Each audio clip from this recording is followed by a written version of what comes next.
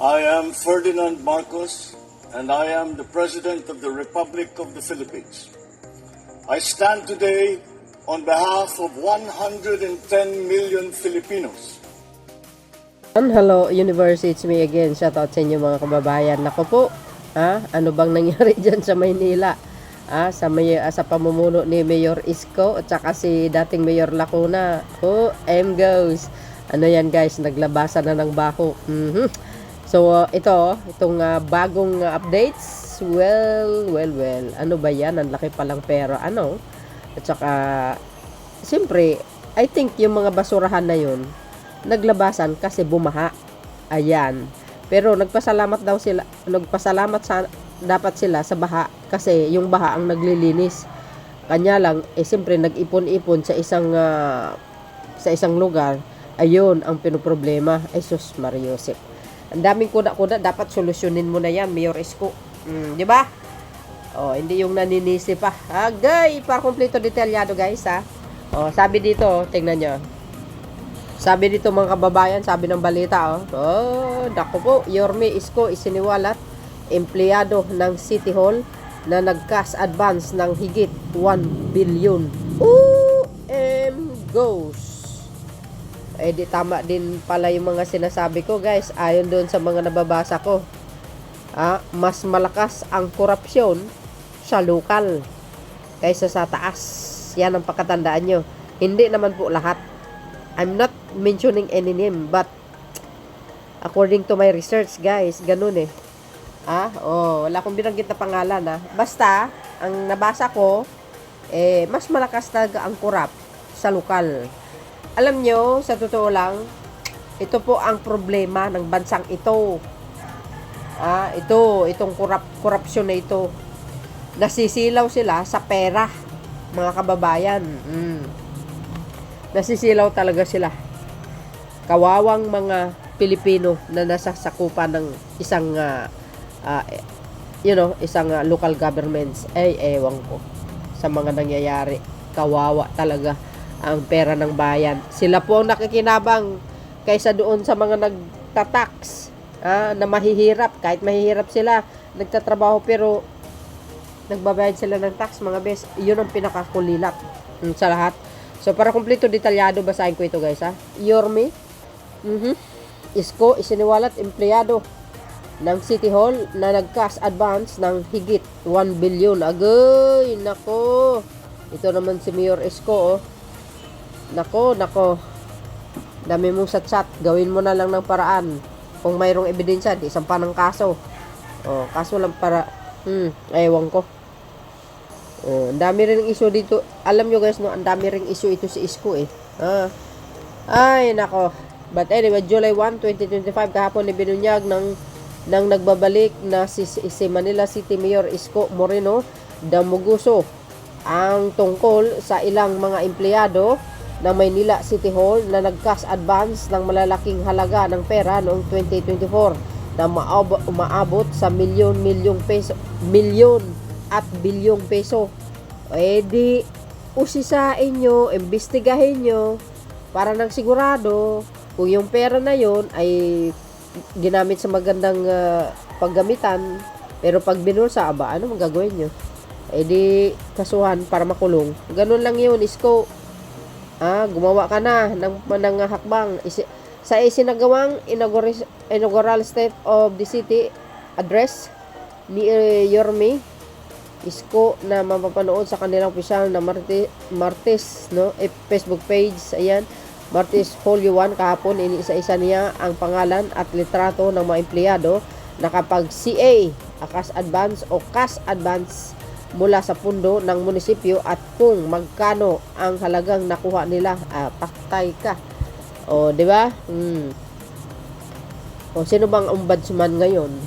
Dapat magbigay ng aksyon ang pamumunuan para maimbestigahan yan. Agay. Ang umano'y summa cum laude raw na nakapag-cash advance ng nasa 1.161 billion sa loob lamang ng 6 na buwan ay isang nagangalang Attorney Marlon M. Lacson. Agay! Taktay tayo day. Kawawang Maynila, wala ng pundo. Napag-cash advance daw si Lacson noong September 2024 hanggang Pebrero 2025. At ang kabuuan ay total ng kanyang cash advance ay ay umaabot sa 1.161 billion. Oh, Mgos. Guys, ano po ang kapalagayan nyo? Ano po ang komento nyo rito? Nako. Dapat panagutin. Ang dapat panagutin. Ito po ang problema sa ibang LGUs. Pagdating sa pera, nako, wala. Mainit masyado mga kababayan. Alam nyo, sa totoo lang, kaya dapat maibalik yung death penalty sa mga magnanakaw para ma-firing squad o ano man. So dahil dito mga best, eto pa. Ayan pa, sabi ng Philippine Star, Isko Tulacona admin 10.2 billion ang iniwang bayarin. Agoy. Tinambakan. Agay, Isko, paano yan? Baka zero balance na yata yung tawag dito, yung pundo ng Maynila. Ano naman kasi guys, ano bang nangyari yan sa Maynila? Agay, ito guys binalita ko lang sa inyo para may idea kayo. Ano po ang masasabi nyo dito? Para basahin na, para kompleto detalyado, no? Tuloy-tuloy ang pagbasa na. Para kompleto detalyado, basahin po natin ang buo. Okay, eto na. So yun guys, sabi na po ng Philippine Star, I cannot even fathom this kind of miss. Sabi niya, mayroong umanong 10.2 billion na iniwang bayarin ang administrasyon ng dating Maynila Mayor na si Hani Lacona ayon sa kasalukuyang alkalde na si Isko Moreno. Agay. Guys, kayo po balang magkomento, ano ba nangyari sa Maynila? Baka zero balance na, wala ng pundo. Di pag ganun, kailangan imbestigahin kung saan napunta yung 10.2 billion na yan. Sa pamuno ba ni Lacona, mga kababayan, sa mga taga Maynila, ano ba ang improvement dyan? Ano po ang development? Agay. Nako. Yan po ang mahirap, sakit ng mga politician. Kaya minsan nakakapagod din bumoto baga.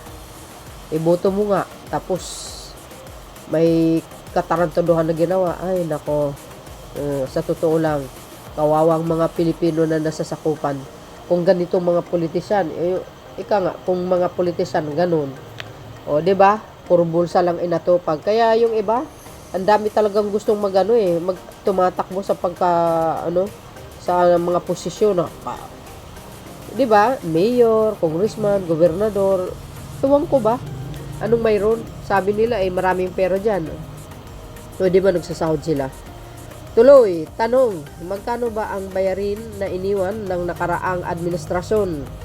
Negatibo, 10.2 billion ang counting. I hope some of you will realize what you have done. Allowing such a problem, I cannot even fathom this kind of mess, saad ni Moreno sa kanyang inaugural State of the City address ngayong Martes, July 1, 2025. Mcos. Shout out sa mga taga Maynila. Ang laki ng problema nyo. Problema ni Isko yung 10.2 billion.